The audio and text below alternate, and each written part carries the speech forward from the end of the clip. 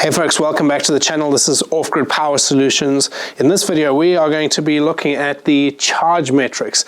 Now, if you're wondering what this is, often we see on Facebook groups and forums and things like that, people asking questions like, hey, my battery in my van has dropped down to 10 volts. Is it recoverable? What can I do about this? How can I avoid this happening in future? All that sort of stuff. And usually that comes out of situations where somebody has parked up their van for the winter in storage and it's not on charge, and they have no idea, unless they actually go there and check the van, whether the battery is maintaining its voltage, all that sort of stuff.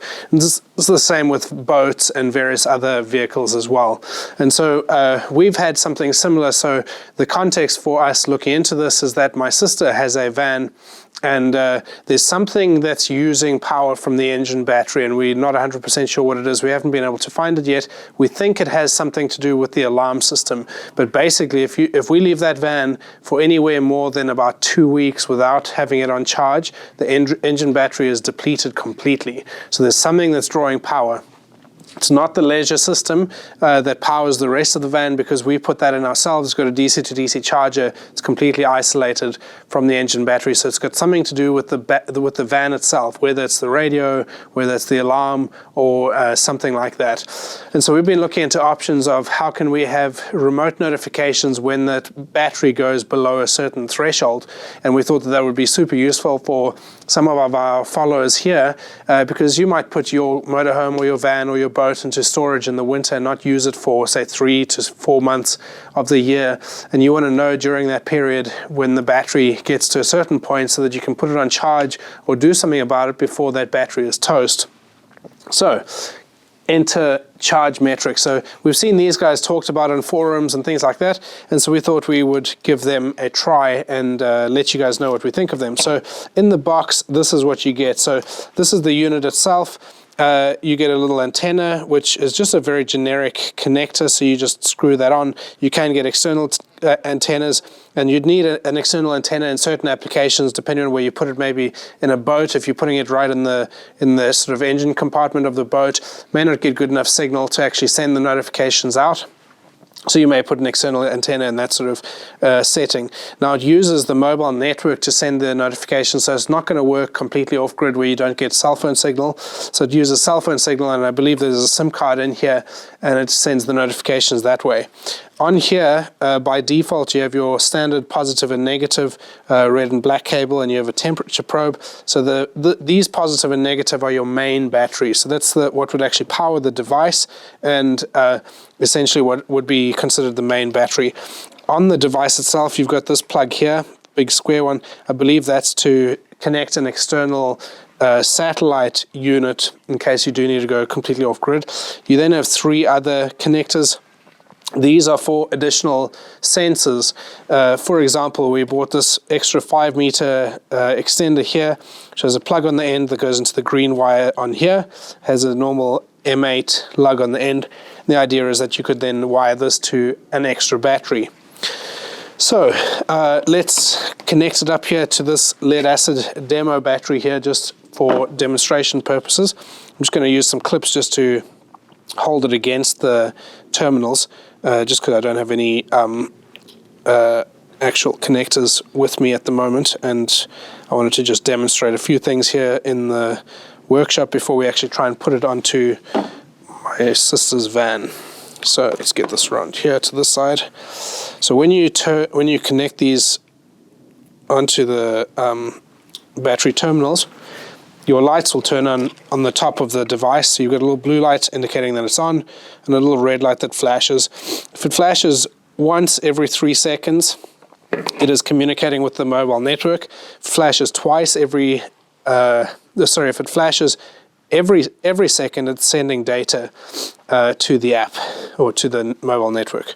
So in terms of what the actual app looks like, I will start it here for you quickly.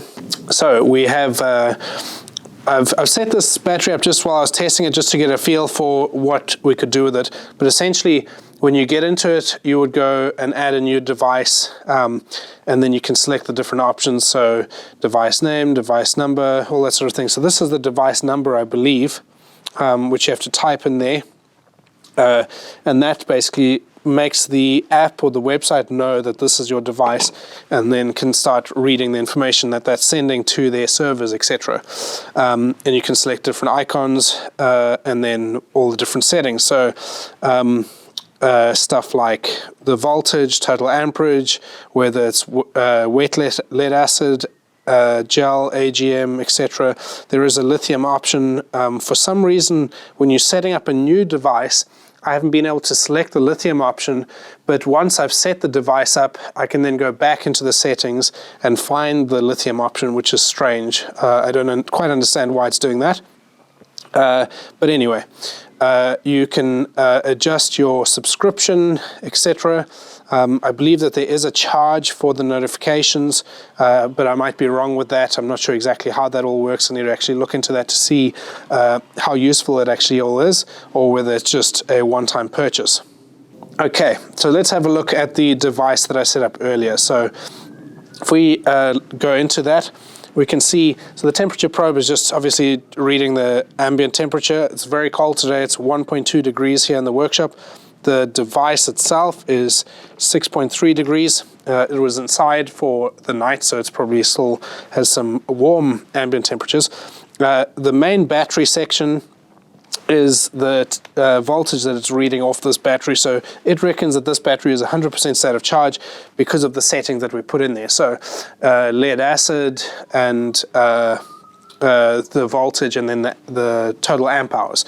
So it's saying that it's 100% state of charge, which is pretty good.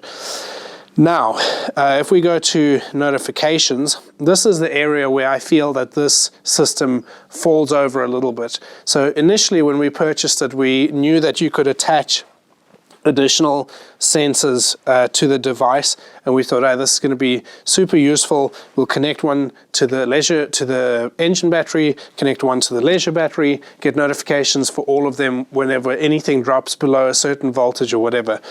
When it came to actually seeing the notifications look preset. So you have the option here of notifying when the battery is below 60% state of charge, notifying when it's below 40% state of charge, notifying when it's below freezing. So obviously that would be very useful for lithium.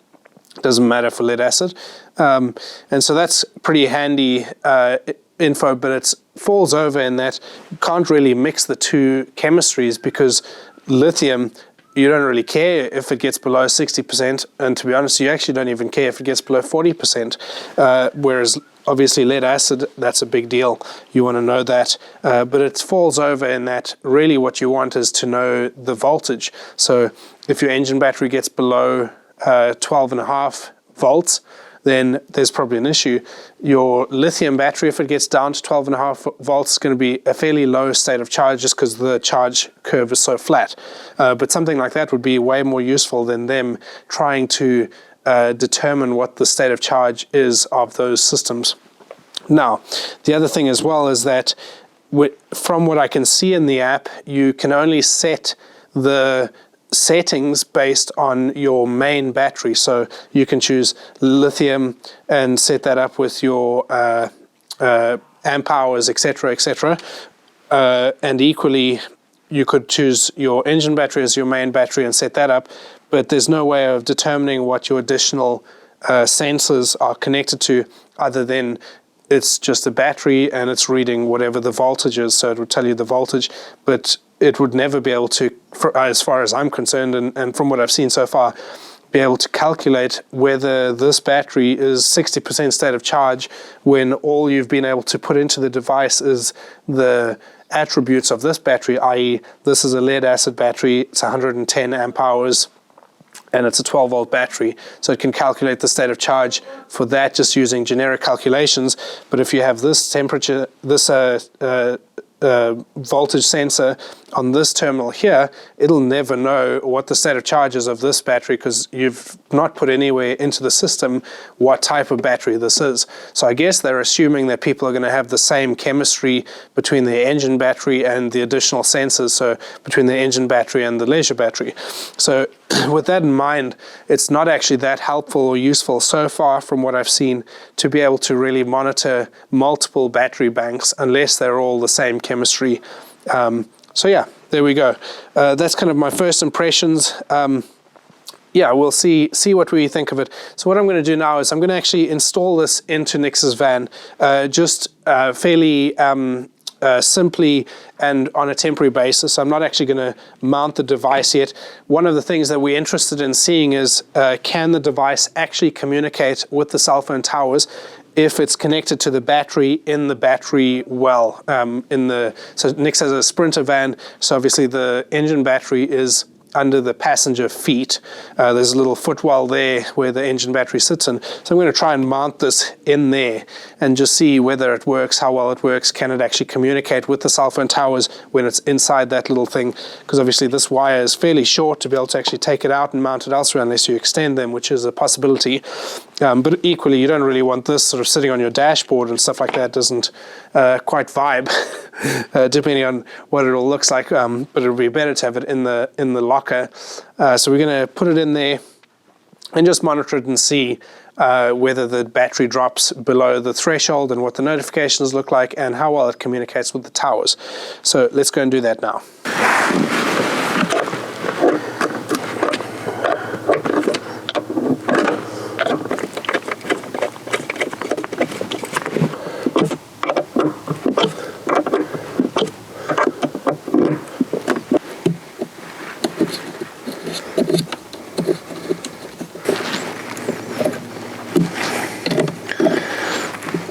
Okay, so that's the battery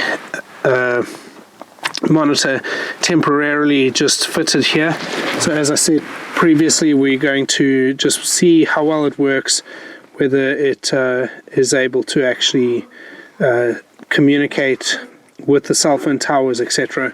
So that fast flashing light, I'm not sure exactly what that means, whether that is an indicator that it's not able to communicate with the cell phone towers. The blue light is on, so that's not flashing currently. It's probably not a good sign. I've just temporarily connected both of these on here just to test it, as we said. So I'm going to check. So now that that's flashing once every 3 seconds, that is now communicating with the app, I believe. So let's check the app. Okay, so let's see here. So it says that it's 100% state of charge, 12.75 volts. And if we go to notifications and check, the notifications are on. So I'm going to put an altimeter across the terminals of the battery so we can see whether that matches what the app says here. Okay, so let's see what this multimeter says. 12.73 volts. The app says 12.77 volts. So far so good. So I think what we're going to do, just in the interest of testing, is I'm going to just cable tie this up a little bit so it's a little bit tidier. But this is a temporary installation. Obviously this is not the best way of doing that, but I couldn't get this bolt off when this was installed. They've done something to the back of these threads to stop the bolt from coming all the way off. Can't get another bolt on there temporarily, so another nut, sorry. So we'll leave it like that just to test it and see the concept. I'm going to put the lid on and just see how well it communicates with everything, and then we'll take it from there.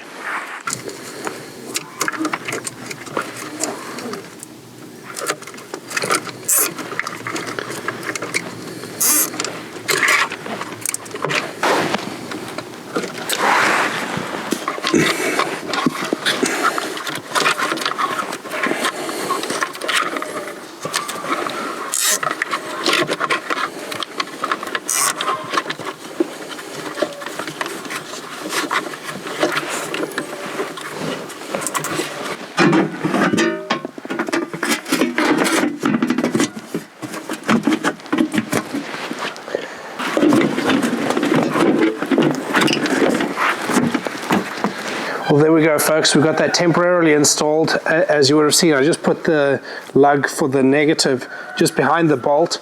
And so we're just going to leave that running on there for a few weeks and just see how we get on, see if it sends any notifications, all that sort of good stuff. And we'll keep you guys posted, as always, as to what we think of that. We'll do a follow-up video giving more thoughts on it. And we'll also reach out to Charge Metrix. So one of the things that we like to do with these sort of products is we get them, install them, and then we give a bit of a review here on our channel in terms of how intuitive they are, how easy to install they are, how useful they are, all that sort of stuff. So we'll keep you guys updated on all of those things in the coming weeks once we've tested it out a little bit. And yeah, thanks for watching. We'll see you guys in the next video. Cheers.